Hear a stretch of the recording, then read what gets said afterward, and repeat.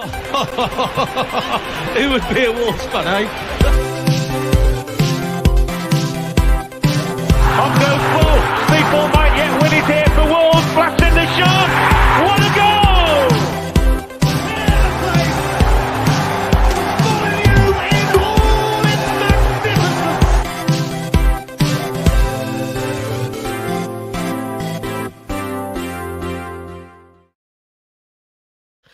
Hello everyone, welcome to your latest Wolves Fancast episode. I'm your host Little Dan. On tonight's show, discussing yesterday's 2-1 defeat at home to Manchester City. I've got with me Josh, Ed and Price. I'm not going to ask the usual question, how you doing guys? I know how you're doing. You're sick, you're tired, you're frustrated, and the way Ed's nodding, possibly slightly horny, but we'll discuss that later on in the show. That's always. I need to try and deflect in some way because it was one of the first times yesterday where I left before the final whistle, because as soon as that decision was confirmed that the referee had overturned the on-field decision, I was just like, fuck this, the game's corrupt. I'm sick and tired that we're just not getting any form of luck or just rub of the green in any sort of fashion. Gary O'Neill in the last sort of hour has been called upon by the FA to provide his observations into comments he made of unconscious bias against teams like Wolves and in favour of the Big Six. It's just frustrating. I keep talking about it. We're not getting the rub of the green. This is the first time in Wolves history that we've lost our first 4 home matches in the league. And like you said, can't buy a draw at the moment, never mind a win. Ed, when you saw the lineups come out yesterday, there was rumours. There was a guy who actually DM'd us on our Twitter saying that he'd been on a stadium tour that particular morning and the kit man had already put the kits out, and Jose Sarr was making his return to the starting lineup with Sam Johnston being injured. The formation looked like a back to normal, back 5. What was your sort of thoughts on the lineup at 1:15 as it was?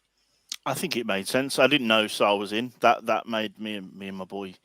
That was the only thing that we were talking about on the way into the ground and with the blokes that we were walking in with. But it needed to happen. Regardless of who we were playing, we needed to go back to this back 4, back 5 hybrid thing going on, because the back 4 thing isn't working, hasn't worked. No matter which manager's tried it, it's never worked. And we needed to shore up shop, full stop, let alone if we were playing Man City, Southampton or, Fleetwood Mac. We need to get something, sorted at the back. We needed to be strong. The only surprise for me, I think, what maybe we're talking about is I wasn't expecting Andre after his South America excursions, and that probably made sense as he went off at halftime. That must have been a preordained thing that was going to happen. But I was relatively happy. I wouldn't have picked anything different. I think Bellegarde's was probably due a drop, to be honest.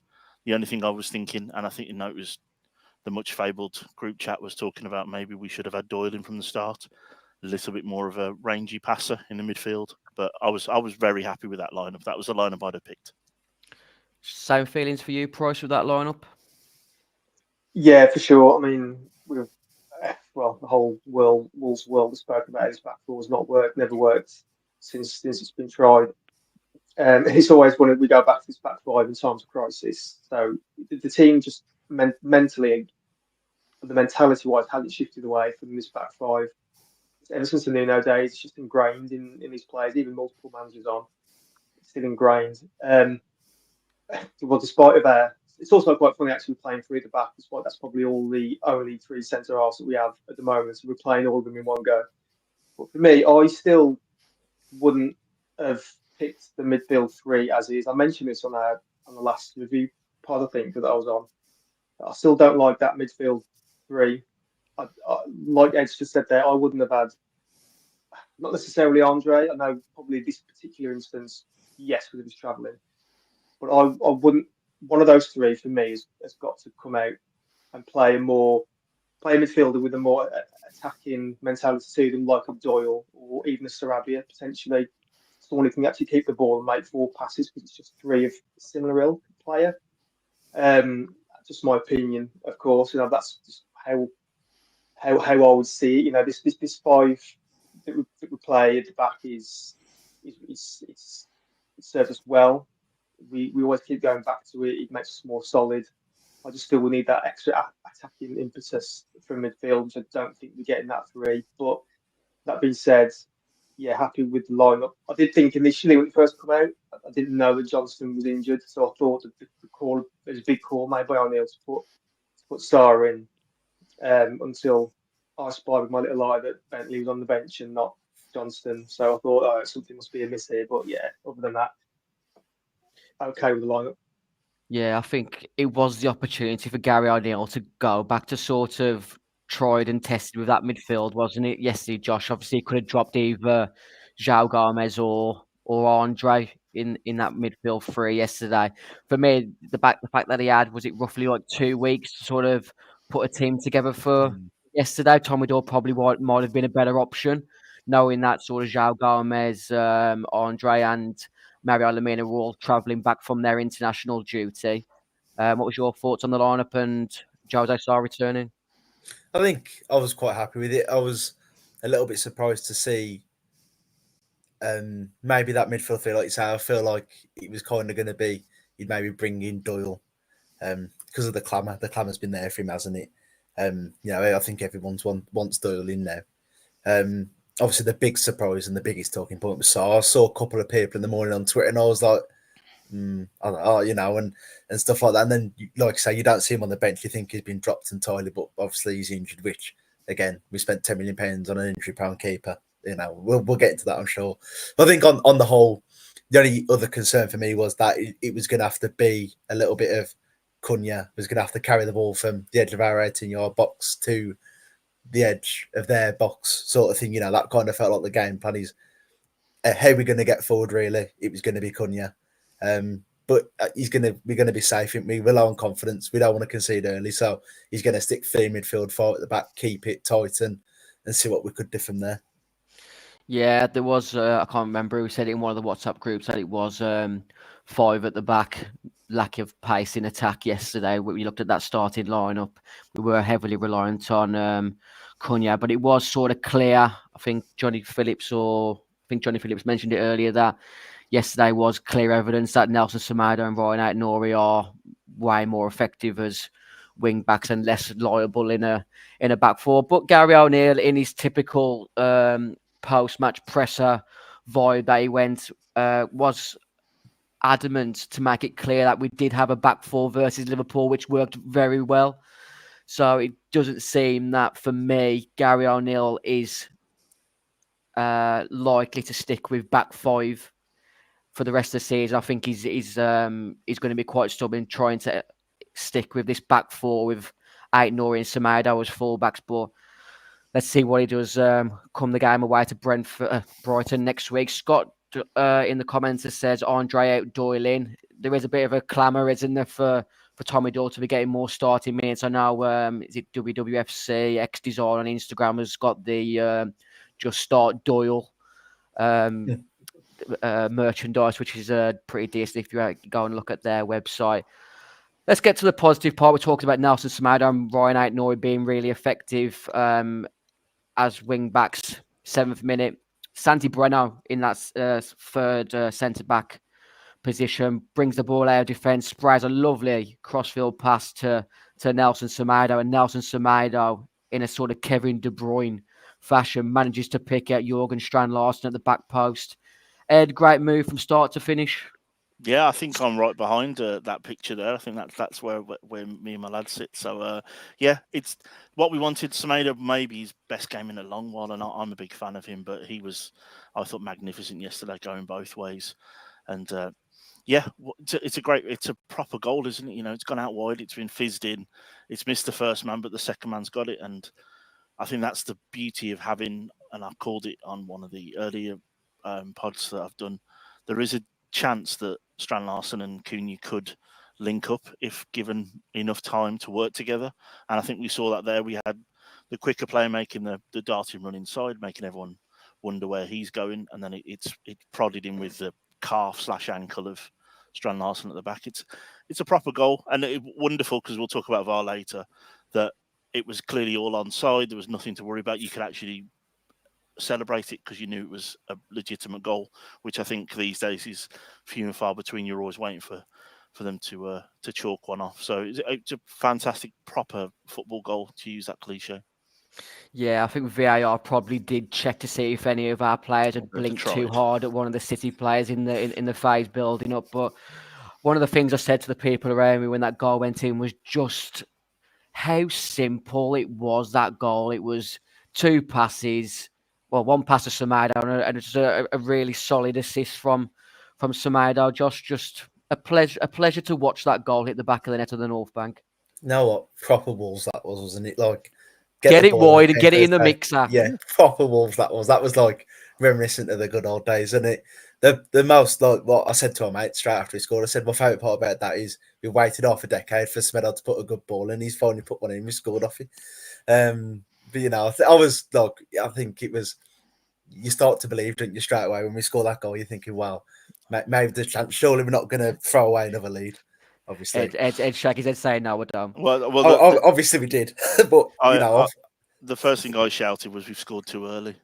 While I'm throwing my lad in the air like a trophy, then I've gone, oh, No. it's only 7 minutes in, we've scored too early. My thought was, surely we can't throw away another lead here. Well, obviously we did, but you know what I mean? Like, it was just a great, like, goal to see and get it wide. You think we've Dick trained with 4 at the back, or, you know, for the start of the season, then we play 4 at the back, 7 minutes in, bang goal, easy as that. Exactly that. Matt Bradley in the comments section saying, amazing how much more effective a number 9 can be when you cross to them. Just give me your thoughts on the goal, Price. I mentioned that sort of Santi Brenner ball over to Semedo, but your thoughts? That ball's class, by the way. Brenner, because he wasn't even looking. If you watch, I watched the highlights back of this twice now, and it wasn't. He obviously knows it's there, but he's not looked up to do the pass. So it's a lovely clip ball outside. But what I like about Semedo's cross was that it was took early. Normally, yeah, he would take it, most likely take it to the byline and put it in high because you're thinking Larson, he's tall, that's his job as a target man to head it in. But he's literally had the opposite train of thought. He's put it in early, and it's perfect. I don't think he could play that ball as perfectly again if he tried, and he probably will try. But how it's missed, I think Diaz first, and then Cunha, and it's gone past Stones, and Strand Larson's right there at the end of it. I thought it was a really, really well worked goal. It was fantastic. It's just a shame that obviously we didn't get a chance to do more of that, given City's quality, which we come to expect. But it just shows what we can do when like Semedo's in a position he's more comfortable in. For example, he can bomb forward. He had a load of space to get into. A benefit of going to 5 at the back, but then as you said, it's not exactly a guarantee that come Saturday we're back on the back 4 again. But for it to do that against a team of City's quality as well was amazing. What was it, 7 minutes in as well? So I thought it was off to an absolute blinder. I don't want to use the cliche klaxon to score too early bit, but I did think initially I thought this could be similar to, could we possibly do what we did this time last year to City again? But yeah, quality goal, really great. Yeah, but sort of repeating what you said, just if you can get this ball into their box or around their area without them being able to set, it's always going to cause a bit of uncertainty. I think Ruben Diaz doesn't make a massive effort to try and get a leg in from the initial cross. John Stones thinks it's going out or out for a sort of a throw-in, and Rico Lewis has just let Jurgen Strand-Larsen run in between the two of them, and a quality finish really, because being on his left foot, he could have easily have snatched it. I've seen many a wall striker over the years snatch that and it the corner flag or go into row Z of the North Bank. I was really pleased with the goal. Like you said, it was just simple football on the sort of the basis of it. One quick pass out wide, one touch, and you're whipping the ball in the box. I was really pleased with that, how that goal came about, and unfortunately we weren't able to make it 2-2 with the chance that Semedo had not long after. A bit of great play out from Ryan Aït-Nouri to find Cunha. 1-2 with Jurgen Strand-Larsen, and me and Josh and Dean were talking in our WhatsApp group earlier in regards to could Semedo have done better? Could Cunha have made a better pass? If you have a look at the sort of the replay back, I don't really feel like there's anywhere else Cunha could have played that ball without sort of Ruben Diaz intercepting it or it being maybe a bit too in front. Josh, we talked about it in the group, but let us know. Do you think Semedo could have done better with a chance? I feel like the only criticism you would have is maybe, I think he's ran it too long into. He's took too much time. He's let Edison kind of smother it, and then he's poked it straight at him. But I think like the other thing I would say is he's the worst player you'd want on the Wolves team. I'd say running through. I think most of the players there, I'd even take so with his erraticness. You'd back to score, wouldn't you? Over Semedo. I said that in our WhatsApp group earlier, didn't I think excluding the goalkeepers, No, Semedo's Star. probably no. Listen. Let me get through with it. Let me go through with it. Semedo is probably the least person you'd want, excluding our goalkeepers. But the fact that we've seen Semedo miss so many good chances by hitting hitting the goalkeeper straight on, I think I'd rather let a goalkeeper have that chance, because he's just like you said, no one. He clearly hasn't got confidence in himself in front of goal. The fans didn't have any confidence, and these are the sort of fine margins that I keep going on about, that we're just not getting any rub with the green, are we? I mean, yeah, I said that. Earlier he was on about look, like, okay, it's not great from Semedo and stuff, but the ball bounces off Gavardi and it goes just wide. Like, a bit of luck, that could roll in the net, that could, it's 2-0. You know what I mean? I mentioned it in our group, didn't I? I mean, like, Ollie Watkins got Joachim Anderson sent off in that same sort of situation on Saturday, and that's just we ain't even getting that, are we? There was a moment, and I was literally asking for the football gods to give us some sort of like joke right the pack. There was a ball that went towards the south bank, which had a bit of a bounce on it, and Edison was coming out, so I was just like, just bounce over his head. Yeah, and it's like, I said the United, when United scored in the cup final, they did it over Edison's head. I said, why can't that happen to us? That's it. We just ain't getting any form of rubber the green, and that chance for Semedo Ed was probably our big chance to try and to get the win, or even buy a draw yesterday. Yeah, it was. He did brilliantly. To the way he drags it forward with that left foot, that first touch of his is brilliant. And I think, for the most part, I'm thinking what you were just talking about. Just slow down and let one of them clatter you. Just get someone sent off, because we know you're not going to finish it. You know you're not going to finish it. How can we play the numbers here and just get someone sent off? I was begging him to slow down. That's what I was shouting. Slow down, let them hit you. And yeah, he ran it too far, didn't he? But I genuinely think I'd probably take Tom King over Semedo in that position, because he's talked himself and he overthinks now. You see it now whenever he gets a shooting chance. I think Gully put it in the group that he always hits the keeper, and he does, and it never goes anywhere else. And it was the chance, and that's what the vibe in the ground was for about 5 minutes after that. Is we needed that. Yeah, I think Tom King just put some form of banter effort in, doesn't he? Oh yeah, then Semedo just hitting the keeper without any sort of conviction. But yeah, that was the biggest moment in the first half for Wolves to try and get a proper strong foothold in the game. Danny Paoletti in the comments section saying Doku and Haaland always struggle against Semedo and Ballon Dawson. Doku yet again was shackled really well by Semedo. Wolves were sort of relatively happy for Doku to go one-on-one against Semedo for the majority of that first half. Xavi Gomez was helping him double up at times, but Wolves yet again playing the sort of the percentages, and those percentages are going against us, because regardless of Josko Gvardiol being the top goal scoring defender in 2024, we as fans would probably be willing for any Premier League's fallback on their weak foot having a shot from that distance. And that's the looks that's going against at the moment, isn't it, Price? We talk about Fabian Schär from distance, Pinnock and Nathan Collins scoring against us. When is Ryan out Norway going to ping one in the top bins from 30 yards, Price? Mate, it's just literally look at the minute that, I mean, we could have bloody Oscar Pistorius ping one in on his weak foot from 30 yards out and it's flying. I mean, he's obviously a quality player, Guardiola, quality left back, but literally someone who is left back, what's the first thing the coaches are going to tell to everyone? Show him on his weaker foot. That's what they're all going to say, right?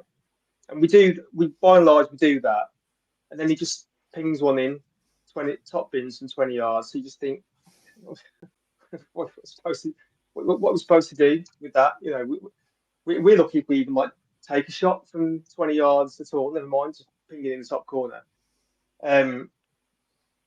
that was, to be honest, that was what was annoying about it. We weren't broken down, and this goes for like the entire game. To be honest, we weren't broken down by a slick City passing move that could open their defence. Right, something where you can like just go, okay, that's the quality shown there.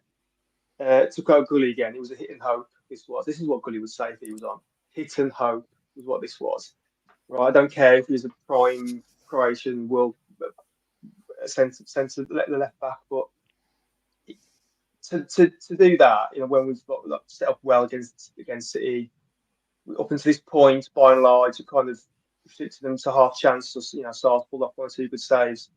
It's just annoying at this point when the game plan gets, put in tatters because of a bit of a worldie. But I suppose you can say that's also what they're capable of as well. It's just like you say, it's just annoying how that's just their look at the minute. The left back on his weaker foot pings one into the top corner from 20 yards, just put your hands up and go, yeah, of course, that's what's going to happen. That's exactly that. The fact that Man City didn't cut us apart. They had a couple of good efforts, which Jose saw managed to get down really low and well in the first half. I think it was like Bernardo Silva had one with his right foot, and I think Savinho was quite lively in that first half, caused out Norway a few problems. I think he had one down to Jose Sar's right. But looking at the sort of the picture and the obviously the effort you saw in person and in highlights now, Ed, do you think Jose Sar could have done anything more with that? Oh no, he's got a good hand on it, and it's crept in the corner, hasn't it? I think without going to the wider point just yet, what we saw yesterday is why we didn't need to buy a keeper for 10 million quid. There was nothing wrong with how he performed. He did all the shot stopping, and we can argue whether Johnson could have done better or worse with any of those things, but he couldn't have done any better. He got a good hand to it, and it's gone in the corner. I think that if you're going to criticise anyone, we should be closing down, maybe be half a yard closer. Maybe Gomez doesn't just dangle a leg, but sort of throws himself at it or something. But it is a hit and hope. It is a hit and hope, and he's managed to find that one part of the goalkeeper that can't quite push it over. It happens. It's just it's not a lucky goal, but it's a goal where when the rub of the green's going your way. That's what happens. Yeah, that was one of the criticisms I had for Strand Larsen yesterday. I felt there was a few times when he was sort of just, you see him in the middle there of that three on the edge of the box. I didn't feel there was enough bite from him in some of his harassment in that first half. And Gary O'Neill's talked about it after the game that after sort of 60, 65 minutes, Jurgen Strand Larsen's tended to have run his game. His fitness levels needs to improve. Gary O'Neill has alluded to after the game again yesterday. And if you look at the video highlights back of that first goal, I think Strand Larsen needs to be putting a bit more bite into trying to distract Gavardio there. But it's like I said, Premier League fullback on his weak foot from that distance, you're playing the numbers game and hoping your goalkeeper can handle whatever's thrown at him. But Josh, top bins, that's the look of the draw that we got, isn't it? If the only luck we're going to get is bad luck into it, like literally, it's one of them. I think if you wasn't in such a desperate situation, you go, oh, what a world of a goal that is. Like, you'd be giving it all the plaudits, but because we're in such a desperate situation, it's like you're bemoaning your luck instead. And like I say, you resort in Man City to like pot shots from the edge of the box with the left back. Newcastle, we're resorting to a pot shot from 30 yards out with it off a centre half. And it just keeps going against us. At some point, I feel like I keep thinking it's going to turn, but the evidence so far, it's not going to turn for us. It just really isn't. That is your vibe at the moment, isn't it now, Josh? I know you've said it a couple of times now where you just feel you don't know where the next win's coming from. Yesterday was the first time you felt like we were going to get relegated. Yeah, and like I said on Twitter yesterday, and I felt yesterday was a real dagger for me. And I don't even feel with it like the VAR's annoying, but just the overall, like with the players, the management. Okay, obviously O'Neill's got his criticism so far and stuff like that. But what more? I feel like what more can these players and the manager do sometimes? And it just seems to constantly go against us. And like I said, I feel like there's a chance we go down, and not because of quality or stat like management and things like that. It's literally luck, and like the referee nonsense and stuff like that. Obviously, we're going to get to all that, but that's genuine. I feel such a. I feel helpless, and I feel for the players because what more can they do? 95th minute, you're taking City to a draw, and then the score off a corner and stuff. You know what I mean? It feels like if it can go against us, it is, and it always is. You know, we've took the lead 3 times this season, and we've lost every game. You know, that's 9 points dropped straight away right there. I looked earlier. If games ended at half time, we'd be 11th in the league. You know, look at that start. We've played after Brighton 7 of the top 8. It just feels never ending at the minute. Yeah, I can't disagree. I think yesterday and sort of the Liverpool and Newcastle games, I went away from those games thinking that Gary O'Neill's run over a black cat or something, because we just, like I said to her earlier, we can't buy a draw at the moment. Never mind a win. It's just, when does this run end? And the longer this run goes on, you mentioned it, didn't you, Josh? I think we've something like 6 or 7 points off 16th now. It's starting to become a concern, isn't it? And going away to Brighton next week is not an area that we tend to do well in. And then Gary O'Neill's been sort of spouting since, you know, the Chelsea hammer in that these aren't the fixtures that we're expected to get points from. But there's so much pressure going into these games against Crystal Palace and Southampton now that he's pretty much put all his eggs in his basket, hasn't he, Price, in regards to we have to win those games because that's the line that he's laid out. Exactly that. I mean, one thing that's bothered me, right, and it's I know it's a well-worn cliche that people use, but people have said, "Oh, our season starts now," or, you know, our season starts next week, or whatever. I'm thinking you can't just chuck away 8 games of the season. I think they don't count, right? Just because they're hard teams. If we want to, I've said this before as well. If we want to get to where we aspire to be, you've got to be taking some points off some of these teams. From the games that we played, you're looking at getting a draw at Villa, maybe beating Newcastle at home. You know, we can't just sit back every time and go, "Oh, well, it's a hard team, so we're not expected to win this. So we're just not going to count it." You know, we do have to play these guys again. You know, we have to go back and play Arsenal again, Villa again, Newcastle again, Liverpool again, and we're not going to count those either. So I don't be buying into all this nonsense about people saying, "Oh, our season starts now." I get it. It's been a difficult run having them all in one go, but I'd say cookie crumbles, to be honest. And as you just said there, Dan, now what this means is if we're not counting all those hard teams, we're only counting, if we're just counting 16 games of the season because they're the hard teams. All these following games we've got coming up now, right? If you don't win them, you are pressing the nuclear button now. If you're not winning these games, if we play against Southampton, if we don't beat Southampton, for God's sake, right? Then we may as well just hand in our season tickets and go home. That's it. We are well and truly fucked if that's the case. Same for like when we play Palace, when we play Leicester, you know, all the teams down there now. We've put so much pressure on ourselves to have to go and win these games. And if we don't, it will be full on, all reactors on, Chernobyl, Wolves, fully. Every reactor will be fit to burst and ready to explode big time. I mean, yeah, it's just that's the unfortunately position that we've got ourselves in there. How many must-win games can a team have? Because we're going to clock up about 8 of them in a row now for all these other so-called weaker teams that we're going to be playing. It's just what you said. We're just putting so much pressure on ourselves to win this now, and I just don't agree with the old season starts now cliche. Yeah, I mean, in hindsight, when you tend to review a season, you tend to look at it that, you know, we've got to win this league table of teams, which is usually us and 14 other teams, 12 other teams.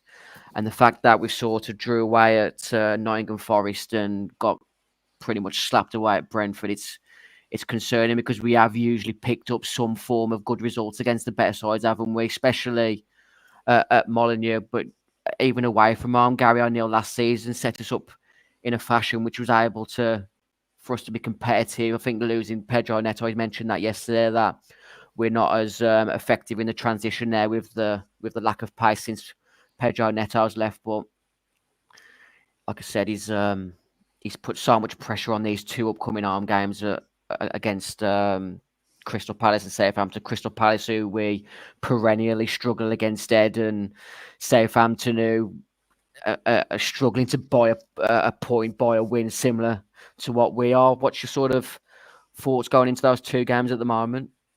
The Palace game seems to have this. If we don't win that, I think, like Pricey said, we're going to go nuclear. But that sounds like that's Gary O'Neill's job on that home game, and it's got similar pressure to. Was it Burnley we played after Mick didn't play everyone against Man United? Was it? And it was like, if we don't win that, everything we've thrown away beforehand, and that was just one game, means that that's our season. And the problem I have with those comments. We ain't got Milias fit at the Palace, though, have we? Exactly. We haven't got Milias. We haven't got Jarvis. Kevin Dorr taking his top off in the freezing cold. The problem I have with those comments from Gary O'Neill is that shows a distinct lack of ambition for what, even if we hadn't played all these teams in one go, he's happy to write off 8 or 7 games. Means that's 21 points or 24 points that we're just willing to not fight for.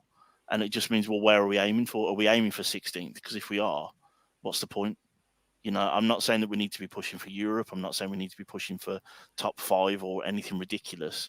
But if we're just going to, if the manager's writing off those and saying our season starts now or words to that effect, what there's literally no ambition to try and get any points against these teams. So why are we bothering?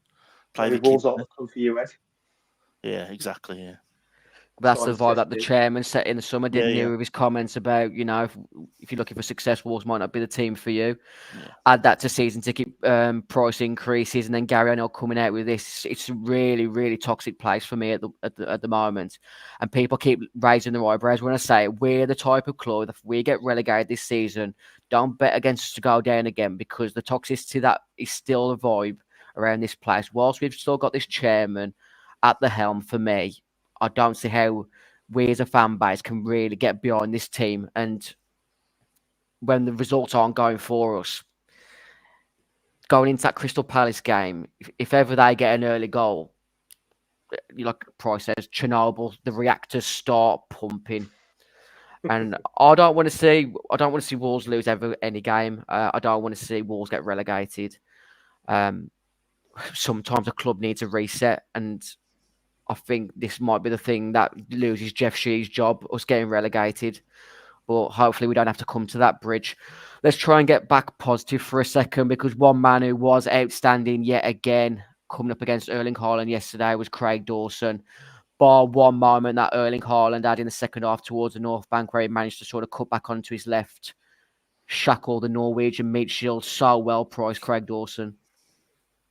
His second time in about 12 months, wasn't it? It's amazing. I think again, this back three helps, because Dawson gets to have full attention on him.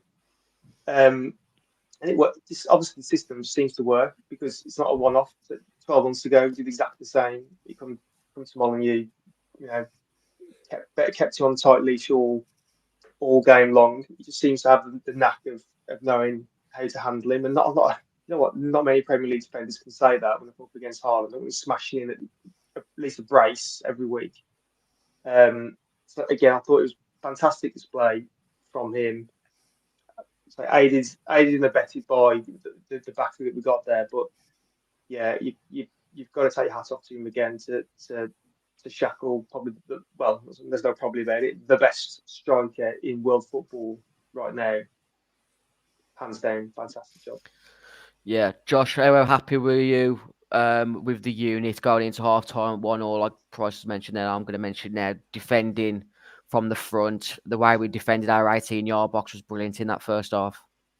Yeah, I think all game it was as well. Like, when you look at it, we did really limit City to not a fat lot. Did they really have many? I can't remember. So making aside thinking, oh God, that he's done well there and stuff like that. I mean, it was like, I think I looked after the game. I saw like an XG that got 2, and it feels like, well, I think that was more of an accumulation rather than so having to make worldy saves in the game. I think Dawson, what a signing he's been for us, and in that back five, that role is so suited to him.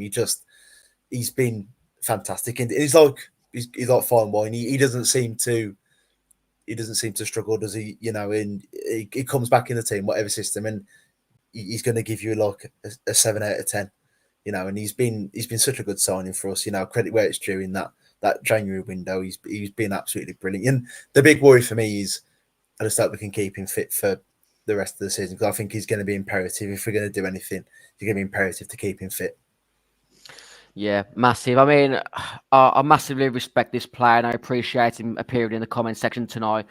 Phil Foden, big up to Wolves. Very frustrated from City yesterday. Wolves stayed resilient. Cheers, Phil. Good luck for England in the future. They let you down in the Euros in the summer.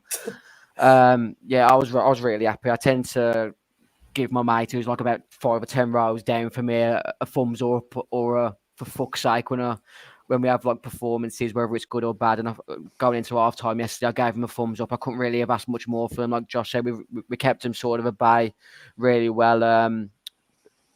We've already mentioned Semedo sort of shackling Doku. I know we had a couple of moments against Savinho where he looked in trouble, but it never felt up until sort of Gavardio scored that they were close to sort of breaking our walls down. And I was really happy going into the half 1-1. Thanks for everyone who's joined us on the Wolves Fancast in association with fcquiz.app. Be sure to have a look at our merchandise store at wolvesfancast.tmail.com. For our audio listeners now, we're going to go for a quick break, and then we'll be back to talk about that second half frustration. Be back in a second.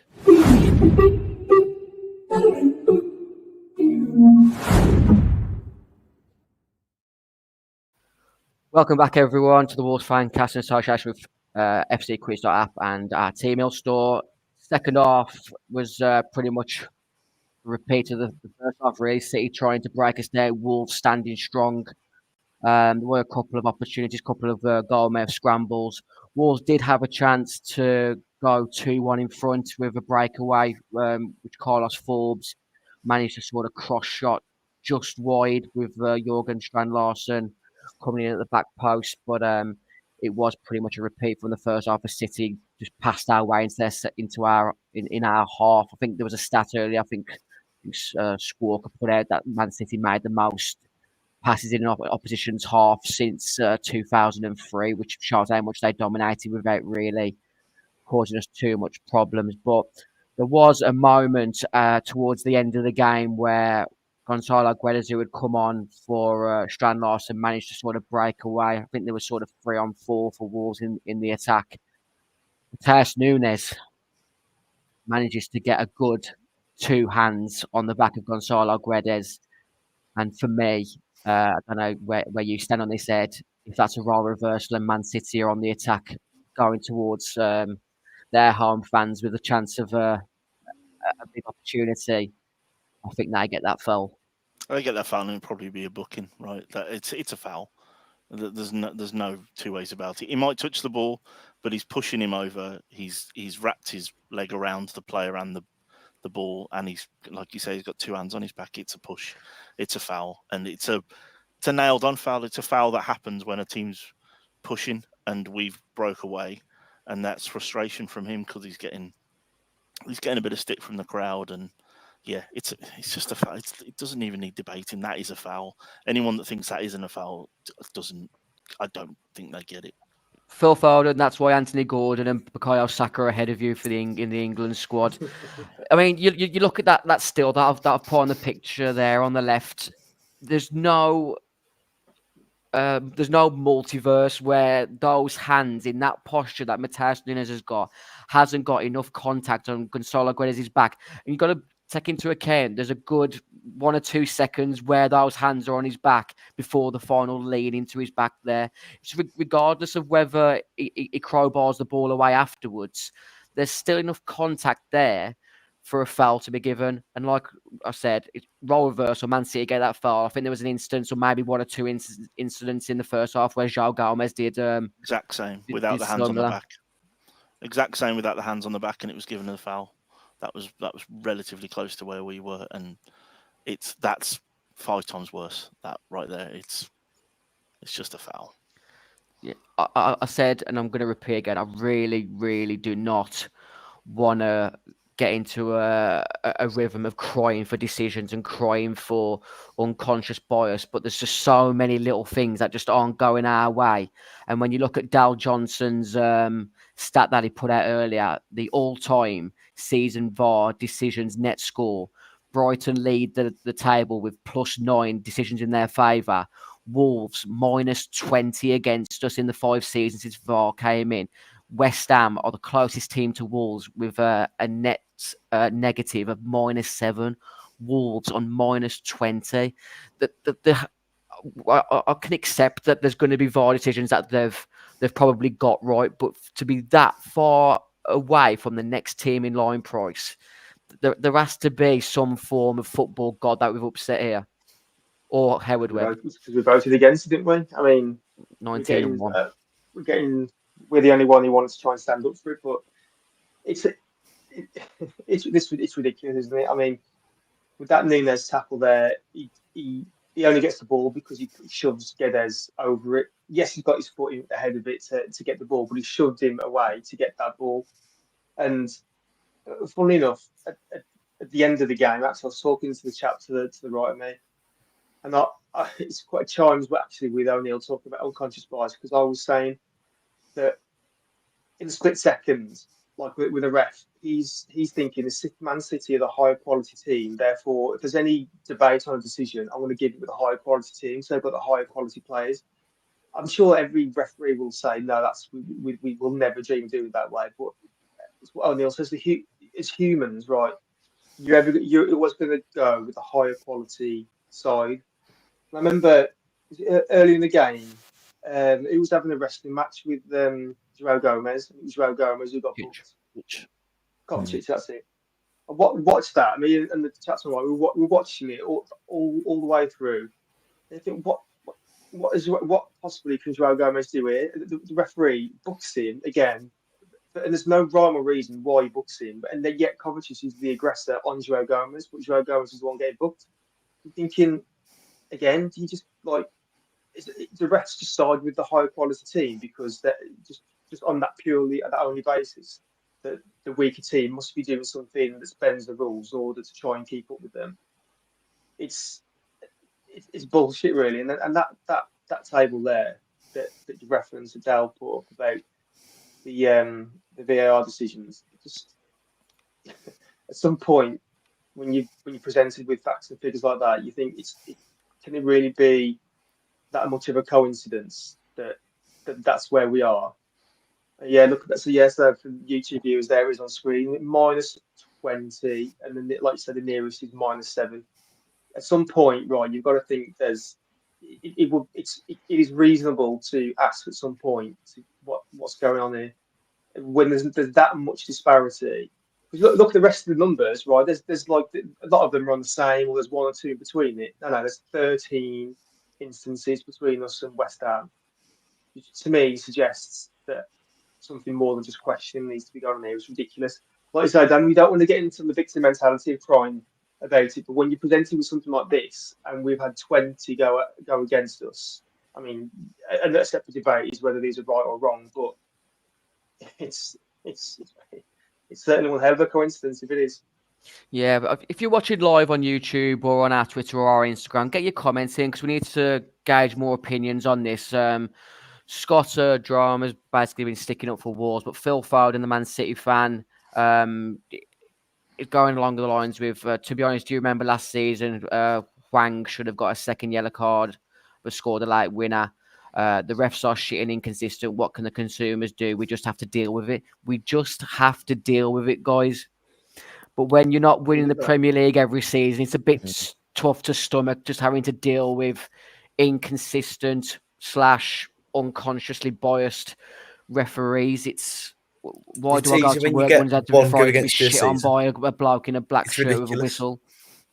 You know, when you have one against the season, you can fume. But you know, yesterday was the closest. I mean, we've not got onto it yet, but yesterday after that goal, I felt like throwing my season ticket at the pitch and just going. I just give up. And I said earlier down in the group chat, like outside the social aspect, I give up. And like us, you know, we're coming away from the game, not going players this, players that. It's VAR this, VAR that. what has the game come to? And that's what this was brought in to fix this nonsense, you know. And like the lad from the Mail tweeted earlier, VAR was brought in for like a Stonewall red card that they've missed, or a handball, or something on them lines. Is it a clear and obvious error what happened yesterday? Of course it isn't. Is it bollocks? Of course it's not. You know, it's just. And how's it Wolves that? Okay, so the one last season against West Ham is offside, and then the one this season isn't. How do Wolves get shafted in both instances? How does it keep happening? How many times is it going to keep happening? That's the situation for me. We were just when I put that tweet up, just that Wolves are on -20 since VAR came in. Is that Wolves essentially are the team that are constantly being made an example of, and all these little flaws in the law book are the team. We are the team that are being used Set as the the precedent. example. For the guinea pig. Full Guinea fail of wolf. a rule, they changed the rule, and we full fail of the new rule. At WWFC_ST21 has also put out a fantastic thread. Let me try and get it up on screen here just so I can piss you off like I'm pissed off, because it's a great thread, but it's basically all the VAR decisions that have gone against Wolves since it came in, in any sort of sporadic order. That goal at home versus Bournemouth last season, where Matheus Cunha flails an arm, doesn't contact Justin Kluivert in the passage of play before. I've forgotten about that one. Nice, and I might get us flipping done for flipping copyright here. And there's that many. You do actually forget some of them. You do. Like, it's unbelievable when you look at them. There was one the other week. Do you know Brentford at home when Totti got he took the elbow to the face off Royer off the back pass? Yeah. And he didn't get out. And it's like you forget him sometimes. You forget him half the time. Like what have we've actually been through? How did it start? How did it come to this? Like, we was pushing for the top six. Okay, you could maybe say they didn't want us in the top six, but then we've been shit ever since, and we still get him go against us. The Martinho one at Man City a couple of years ago, it was clear his stomach, and again it stood. How does it keep happening to us? Why is it always Wolves? Why did I pick this team that keeps getting shafted by VAR? Why can't it be Brighton? You know, but funnily enough, why can't we you know just be Phil Foden in the comments section section trying to back Man City with Brighton? VAR? We're gonna have one go our way. This weekend we'll have one go our way against Brighton. Now that threat's come out and they're top and we're bottom. You watch. Reset the balance. I mean, but this is the thing, though. I don't want things going in our favour just to even things out. It's at this point, I couldn't give a shit. I mean, at this point, it's hard to. It would be begrudgingly hard to be principled because we need the points. Matt Bradley in the comments on the bias, I think it's more refs are genuinely more scared of making a bad decision that impacts champions, so they'd sooner give it and be proved wrong than not give it at all.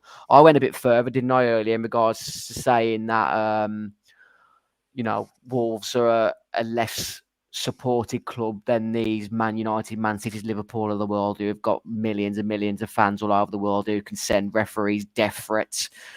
Maybe we need to start putting a death threat club together to try and get things, unconsciously biased going in our way. I don't know how to.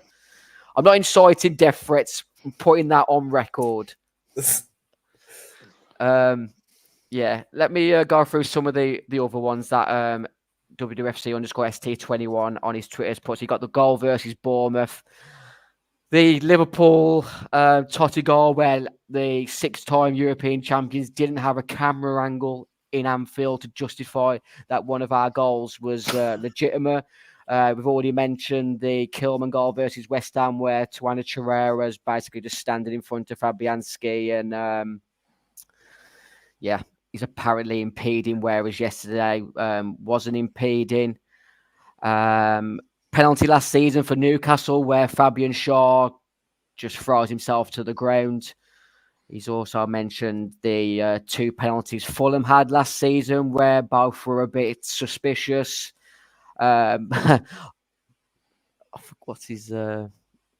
Onana decapitating Sasa Kalajdzic at Old Trafford at the start of last season. We're not even into season 1 of VAR here, guys. I'll continue. Mario Lemina's red card at Southampton, aggressively running at the referee. Being black. Fabio Silva giving away a penalty at Sheffield United last season. It just goes on and on. Be sure to have a look at WWFC_ST21's thread. There was also Max Kilman being decapitated by Onana last season at Molineux. It just goes on and on and on. VAR is massively, not just ruining sport, but massively ruining my love for a game that I wish I'd never got involved with, because I reckon I'd be a lot more happier and more relaxed and probably a bit more hair on my head at the age of whatever I am. Someone say it should only be for clangers, and the reply is allowing the goal for City is objectively correct. Even if that's true, the point is that a marginally wrong decision isn't a clanger, from Danny P in the comment section. Matt Bradley's also brought up Max Kilman being soft head-butted by Vinicius. Carlos Vinicius by Fulham. There's just so many handball situation. I think Bolly and Dendoncker away at Leicester, and when that first came in, -20 Wolves are in the net score for VAR decisions since VAR came in. But let's talk about the decision that went against Wolves yesterday. Injury time. I mean, it's the hope that kills you, isn't it? Josh, you mentioned it earlier, and yesterday was that exact moment. I think I was having a conversation with the friend next to me saying it's probably going to be about 7 or 8 minutes added time here, because, it's Man City, they need the win. There's been quite a few decisions, substitutions and whatnot. And then they put the board up saying 5 minutes, and I thought, bloody hell, we might be able to nick something here. They defended really well. And then Phil Foden puts in a delicious corner. You can't knock the delivery, but you can see the ball circled at the top of that screen. And Bernardo Silva is impeding Jose Sá. Forget about what happens in the moment after that. But there's not enough time from where that ball is in the air there, circled, for Bernardo Silva not to be impeded in this phase of play, regardless of John Stones bulleting the header past Jose Sá maybe could be doing better. I don't feel the ball being headed that close to goal at that much pace allows a goalkeeper to do much more than what Jose Sá did. But can someone try and play devil's advocate and try and justify how they've come to the decision to overturn the on-field decision there? I'll come to you there first, Price. Look at the pictures there and run me through the goal for you. I only think, I'm not sure, but when the VAR looked at it, they were only looking at as we see it here, like the bottom right. I don't think they looked at the image of beforehand when he's impeding Sá. So at the point that Stones connects with a header, no, Bernardo Silva's not impeding Jose Sá, so they wouldn't give it on that basis. But as we know, the ball is in play and live, and Bernardo Silva's still backing into Jose Sá. And even Foster said that it should be even Ben Foster, like our arch nemesis, he said that he thinks it shouldn't have been allowed to stand because of the keeper's being impeded, and he can't therefore be set properly. So for me, I mean, if you want to take a wider view of it, we've successfully defended 17 other City corners before this one. We've just switched off and allowed we've allowed Stones to get in ahead of, I think it's Dawson there, isn't it, who's contesting the ball for him. So that's annoying that we've defended well for 17 corners, not for this one. But as you can see there for the viewers, Foster's tweet, he's saying that Jose Sá takes whatever comfortable set position. I'm not one to go through the rule book and boil it down to technical difficulties. I'm just looking at it thinking the ball's live, it's coming. He's been obstructed by a player who, he may or may not be in offside position, but he's been obstructed, and therefore, for me, probably me trying to be optimistic about it, I'm not happy that it's allowed. But again, like I said right at the top of this, I don't think the VAR looked at the proper angles of it. I think they looked at one angle to see if he was impeding the view of Sá at the time the header was made, which he wasn't. Yeah, I mean, Phil Fold in the comment section is still trying to sort of deflect away from the decision yesterday, bringing up how Edison was blocked by the Martinelli in the recent game at the Etihad. I'm not really against Bernardo Silva being a nuisance, but when he's doing it in an offside position, whereas I think it was Martinelli and maybe Trossard weren't in an offside position for the Etihad situation, and then you look at the like I said, the Max Kilman Tawana Torreira situation at home to West Ham last season, things just aren't going our way. Do we want to try and move away from the decision, saying, we've got three centre halves in a back five, and John Stones has got a free header from there? The only thing I would say, like playing slight devil's advocate there, as much as like it's pissed me off, is I'm not one of these people who wants goals ruled out and a 95th minute winner. And I think I wouldn't want that ruled out unless it's clear, like a clear and obvious issue. And I think I could have stomached it if the referee doesn't give it on the pitch, because that, fair enough. Like, you've probably missed it. And I think what hurt the most was we've defended, they've scored, like last minute. You think you've had a reprieve, a bit of luck, and then like I say, it then gets given. When Torreira last season, like I say, it's that it's how are we the guinea pigs, and how does it go against us in both scenarios? How are we on the receiving end twice? That's the annoying thing for me. That is the real annoying thing, and I just the only thing you could say is you got three centre halves and not one of them's winning the header, but it kind of, I think I saw something early, like it looks like it was a Doyle didn't quite block Stones or something like that. But it's just really frustrating. It was just heartbreaking for me. That was the closest you've ever been to like wanting, like I say, throw my seat in to get away, because it will do the same thing next week and the goal won't be given. You watch, or something happen this weekend, that goal won't be given. Yeah, you've sort of mentioned it there. You can see it in the bottom right, Josh. I think it's sort of Doyle's not managed to get in front of Dawson's kind of got Gavardio. two, hasn't he? He's got Gavardio Yeah. and Stone sort of thing. Yeah, Andy Gillard in the comment section. If you're close enough that an outreach arm could grab you, you can't say your position isn't influencing Sarr. Just because he's not directly in front of Sarr doesn't mean he becomes invisible.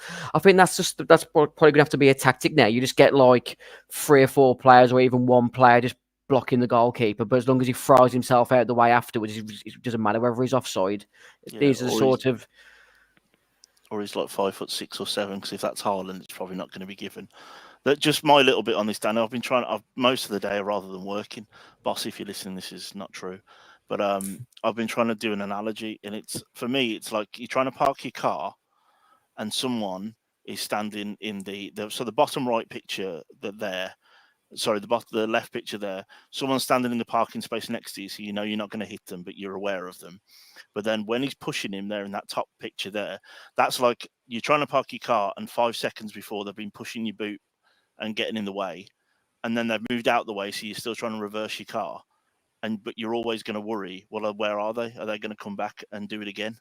There is no way he's not impeding Jose Sarr by being there to start off with and buggering off. Doesn't change the fact that he's been impeding him. It just doesn't make any sense. It's just wrong. Yeah, I agree. And being in the small magicians football club like Bernardo Silva myself, I'm not having sort of a player who's 5'6" or whatever he is, and Jose Sarr's being told he has to like do more to like move a player. What's he supposed to do? Barge him out the way and give away a penalty? I don't see what more we could have done in that situation apart from maybe defend the corner a bit better. But this is where zonal marking gets questioned a little bit, doesn't it, Price, when you're allowing a defender to have a bit more of a run on your defence? Yeah, I mean, let's go back to what I said before. I mean, we've done so well. They had 18 corners, didn't they, City, and 17 of them, they weren't a threat. I think there was one. It might have actually been the one just shortly before this particular corner. They had a flurry of corners, didn't they, right at the end? And I think he was picked up on match of the day too, where Sarr could have potentially could have come in claims for one of these corners right before this particular one that scored from. But Would he have made more of an effort to come for that though? I mean, like you look where John Stones is. If he's got a bit of a sort of a run to come for that cross, I wouldn't be betting against Jose Torres, at least trying to get some form of fist on it, especially that late on in the game. I think he would have took it upon himself to try and get out for that cross.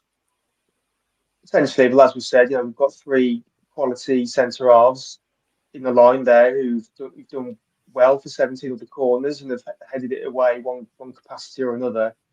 It's just how it is, isn't it? It is what it is with us at the minute. It's just 95th minute, 18th corner of the game, and he's got to run on. He's got to run on one of our players and managed to get ahead of our Ballon Dawson and managed to get it in. Yeah, massively frustrating, and that was inevitably which led to Man City taking on the 3 points yesterday. What was your sort of? I mean, going into that sort of last few moments, I don't think there would have been many Wolves fans who wouldn't have been giving Jose Sarr man of the match head on the basis of that 95th, 96th, 97th minute when they actually scored, wasn't it? Gary O'Neill after the match said, when asked about the goalkeeper dilemma, there's no headache. No, Sam Johnston was injured today. Jose's trained really well and been excellent. Sam was injured. Jose was excellent and has always been ready. There's no headache. It's really clear where we go next. For me, it's really clear where we go next, but the vibe and the tone that he portrayed, he's going back to Sam Johnson once Sam Johnson becomes available. Your thoughts on that? I don't get it. I mentioned it briefly earlier. That game yesterday is exactly why we didn't need to sign a keeper. If we had 10 million quid, we could have signed, another 34-year-old centre back that, like we did with Dawson. There were people that we could have hoovered up in spaces that we needed it. But Gary O'Neill is desperate for this passing, progressive, better distribution thing, and he won't let it go. And that's going to be the downfall of managers like him and Russell Martin and all these other people that won't just adapt to the teams they've got and the players they've got. He's sticking to this philosophy. He clearly wanted someone who's only slightly better with his feet. I would say, compared to what you get the drop off with the worldy saves that we saw yesterday. I think there was 4 top class saves from Sarr yesterday, and the Silvinho one in the first half I think was top draw. It was a fantastic save that he probably has no real say in stopping that, and not only to stop it and push it out for a corner, it was incredible. And I don't think we see that with Johnston. We had the one a couple of weeks ago. Did he save it with his calf? That was a great save, but that was more luck than judgment. Whereas this one was an incredible save, and he's done 2 or 3. And he claimed quite a few crosses yesterday. We didn't need Sam Johnson. We've got Sam Johnson, and he's clearly O'Neill's man.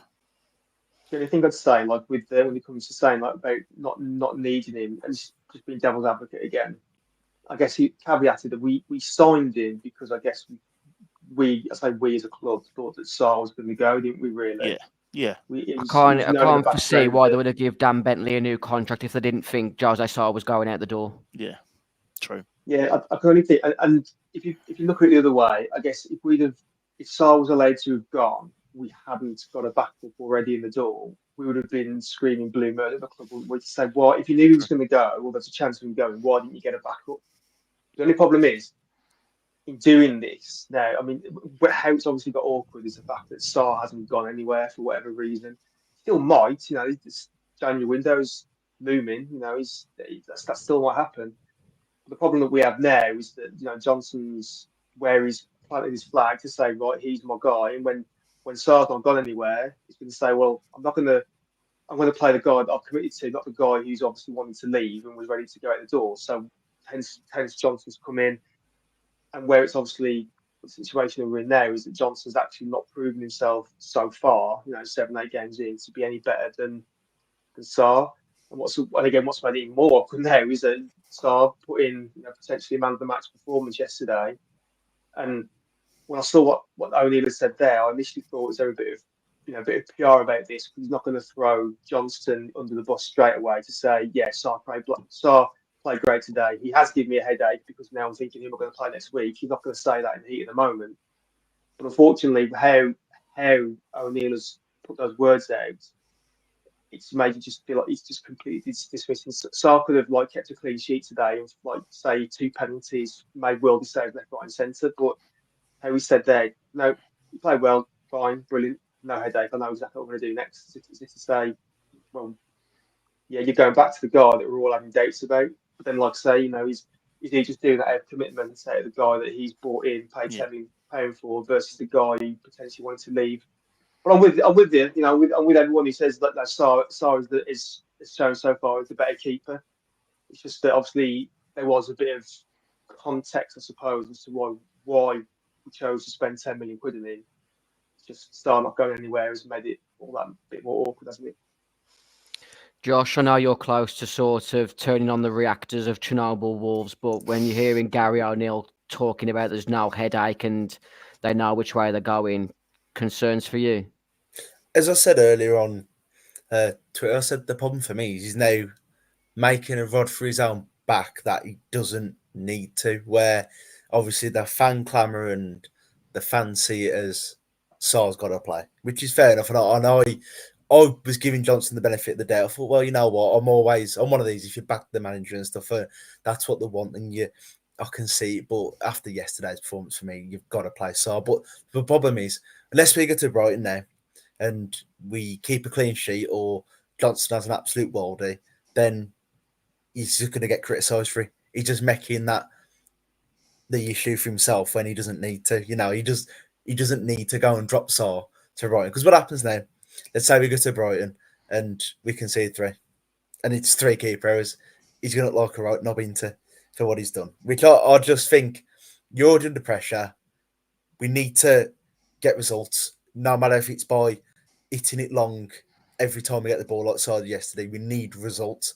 Play your best team, get those results, and come the end of the season, if you want to play a bit more fancy or something like that, I can get it. I can understand it, but at the minute, just get your points in, because before it's too far gone, and we're messing around with keeps and things like that, we'll be relegated.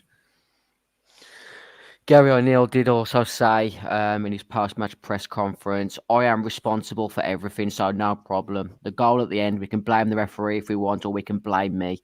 It's my team that conceded a corner, so I'll look at me before I look at the officials. The first thing I did when I got in my office was ask how John Stones got ahead of the 3 centre-halves. Happy to be responsible for all of it. I'd just be a bit happier if we had a few more points. Well, it is on you, Gary O'Neill, and things need to improve quickly. And your decision to bring Sam Johnston back for Brighton, if he's fit and available, may be one of the things that goes against you in the long run, because I don't know if I can speak for the majority of the fan base, but I want a goalkeeper that's good with his hands more than better with his feet. So we move on to Brighton, and we hope you can join us later on this week to preview and review the show on the Wolves Fancast channel. You can be sure to find us across all social media at Wolves Fancast. Thank you for joining myself, Josh, Ed, and Price on tonight's show. We're Wolves till the end. What's that saying, Price? The Division 1 banner on the North Bank. Our love knows no division, or whatever. I don't know what it was now. This is our love, and it knows no That's division. That's the one. Thanks for supporting Wolves. You chose the right club. Tough times don't last. Tough guys do. Tough women do. Tough people do. Have a good rest of your week. Take care of yourselves, and we'll see you later on the Wolves Fancast.